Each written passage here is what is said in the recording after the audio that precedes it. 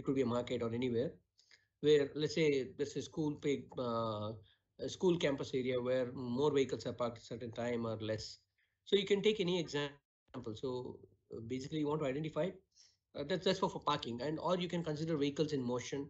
There could be a publicly, there could be a high traffic zone in certain areas in the city where uh, there's more traffic during some certain time zones. So here you have to have a surveillance imaging system, or basically it could be video streams also which you can capture from mobile phones. Based on that, but better you capture at different time zones and show in an application, right? Basically, you can build a web application. It could have a, you could come up with an Angular or React JS, a front end and a back end Java, and then there you can show plot heat maps and show distribution of cars during various times in the day. But other part to this is you have to do some image processing and detect the cars, right? So you could use an object detection model such as YOLO to detect the cars, uh, and then use that information to plot the various vehicle densities on the various time zones. So we are looking for a heat map plotting. You can go look in Google to identify how a heat map looks like uh, for various time zones. So we are looking for some heat map implementation on a web page. So basically what you can do is when you're doing demonstration TechGM, you all have to play a web application where you can at the web server, usually web application will have a, you can play this web application from your local host. It need not be an internet. Okay, that means it can be on your laptop. So it needs to have a front end and a back end, and the back end is a web server. So the web server can have an algorithm module. That algorithm module can access a video stream, or basically recorded video streams that you recorded on mobile phones or whatever it is, or it could be from serial cameras. It's up to you. Choice is up to you. But you should have captured some. You take one specific area in your city, wherever it is, and capture passing of vehicles or stopped vehicles in any area during different times in a day, and then bring up these images on your web application and side by side show the heat map during the various time zones. So basically, we want to understand in various time zones like 10 o'clock in the morning or 11 o'clock, how many vehicles. So graphically, you have to represent. So that's what it is, a heat map. When we say real time, we are not saying a real time heat map. We are saying real time vehicle density. That means you already captured the in real time you have captured the videos, but then of course heat map is basically an analysis you do after capturing something, so that's not real time. So heat map, you show a graphical distribution of vehicles during various time zones. So expectation is you come up with a application. If you don't want to do web application, that's fine. If you want to do a Visual C++ or a Qt Blaze application, that's also fine, right? Not necessarily a web application. But then finally you have to show a heat map. If you do implement, you go the web application approach, it'll be far easier because uh, I think there are some tools available to draw heat maps. But if you want to go the conventional programming way and desktop programming way, and you want to develop a Qt-based application, then to display graphics, you have to come up with your own techniques. But a heat map, I think you must have got it. Uh, there are several examples of how a heat map looks for weather changes during different times in the day and so on. Thank you, sir. So there's another question again with respect to heat map. So some from Zafar. Can we simulate the problem with the help of drone to map software regarding the vehicle density heat map in a parking space? Yeah, you can, but you're only making the problem statement more complex by introducing drone here.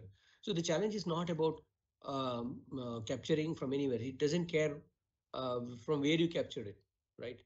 Uh, so if you use a drone, of course, it would capture.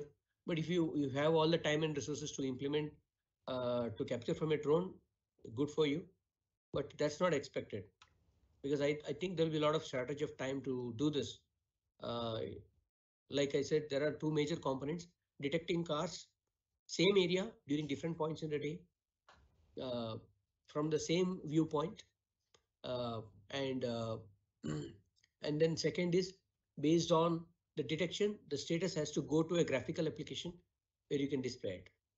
I would suggest that if it's a web application you're developing, then the imaging algorithm module, which or AI module which detects the objects, the status whether. So basically, you have to say how many cars detected, right?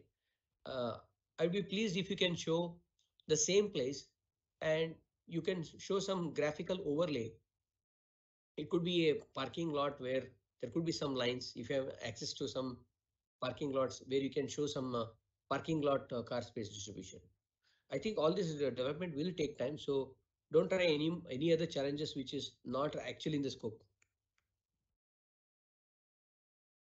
So the next question again is from vehicle density heat map. So is it for indoor or outdoor parking lots? Yeah, it's up to you. If you want to do indoor, then again you have to capture your videos through your mobile camera or with any camera. I suggest a mobile camera. Thank you, sir. To make your job easier. So there's another person, who asked, if it'll be possible to explain more about the problem statement fusion of an object of 2D LiDAR point cloud projection to 2D camera view. Yeah, I got disturbed during asking this question, right? I got away. Okay, so when you are looking at a 3D point cloud, you're able to see in a 3D point cloud. As human perception, you are able to see the objects, right? But a computer software is not able to see a object in it. It looks like an object because these are 3D points. 3D points will be on the contours of the object. You will be able to see it for sure. But then that's as a human, you're able to see it, but you're not able to, the software is not able to identify the object. So that's why imagine now you have a camera also looking at the same image scene. So basically you have a LiDAR putting patterns everywhere, and then you also have a camera. Now the camera is looking, let's say, at the same object. Okay, so let's say there is a car in front of your car, or there's a bike in front of your bike. Now you want to identify the bike. Okay, you want to distance to the bike, more features of the bike, 3D point cloud is giving it to you. But then I want to identify that bike as well. Okay, or I want to identify some landmarks as I go in a car. I want to identify some landmarks nearby. It could be a traffic sign, for example. But in this case, let's say I got a 3D point cloud of the traffic sign, but to identify the traffic sign, what is written on the traffic sign, 3D point cloud will not help. I need a camera image. Now the question here is that we want a fusion of the camera image on the 3D point cloud. Well, technically speaking, you cannot fuse 3D point cloud and camera image together. But the point is that 3D point cloud basically is a collection of points in 3D space. Now, if you can read a little bit about OpenGL, you will know that the 3D point cloud, whatever it is, with OpenGL programming, you can find out, or there's something called WebGL if you want to use that. For those 3D point clouds, for each of those point cloud, you can assign a texture, right? With that, what I'm saying is whatever images you have from the camera, that you can overlay those textures on the objects. So you will get photorealistic like 3D objects. So basically what I'm saying is you will get the point cloud with distances to the traffic signs, but the image information comes from the camera. But if you want to superimpose like the way I said, you should be able to correctly calibrate camera and LiDAR together and then make the adjustments so that you're able to properly fuse at the same place. So so I would say it's more graceful to identify, map the object to the 3D point cloud. That means once you identified traffic sign is a traffic sign from the camera image, and then that object that you detected traffic sign with its texture that's coming from the camera pixel information, image information, you can map it as a texture to the 3D point cloud. But then, like I said, how will you do that? So that's about the challenge statement, fusing. So what we're looking for is 3D LiDAR is giving only 3D point clouds, but it doesn't give you any texture on the object. We are expecting here photorealistic kind of objects in 3D space. Photorealisticness comes from the texture capturing of the images from the camera. Now it's assumed that the camera and lidar both are looking at the same object, and they're mounted on a car, for example.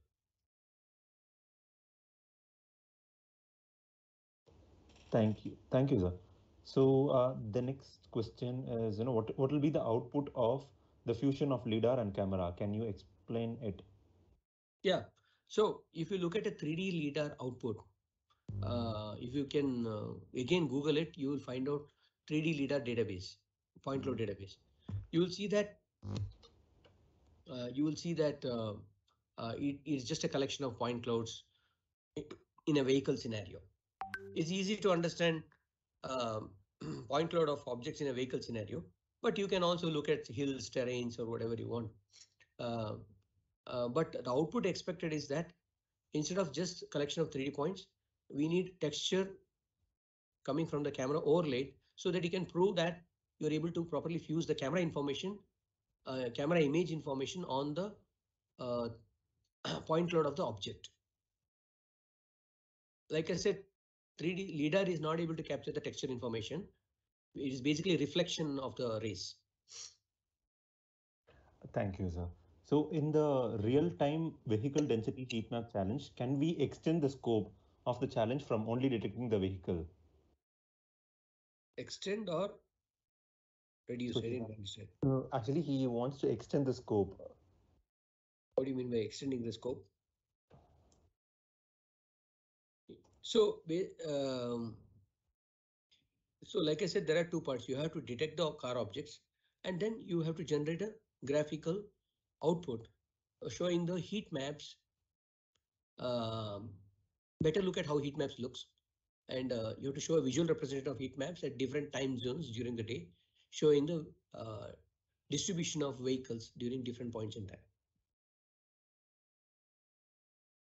The question is like, sir, so can we extend the operation of sensors in detecting road damage or advanced detection of an object in front of us in autonomous vehicle? No, you mean real vehicle density heat map, is it? Uh, yes, sir. No, that's not. That's a different problem statement. Don't do that, because doing this itself is a challenge. Pothole detection or any other defect detection is another problem statement. That is not expected. Okay.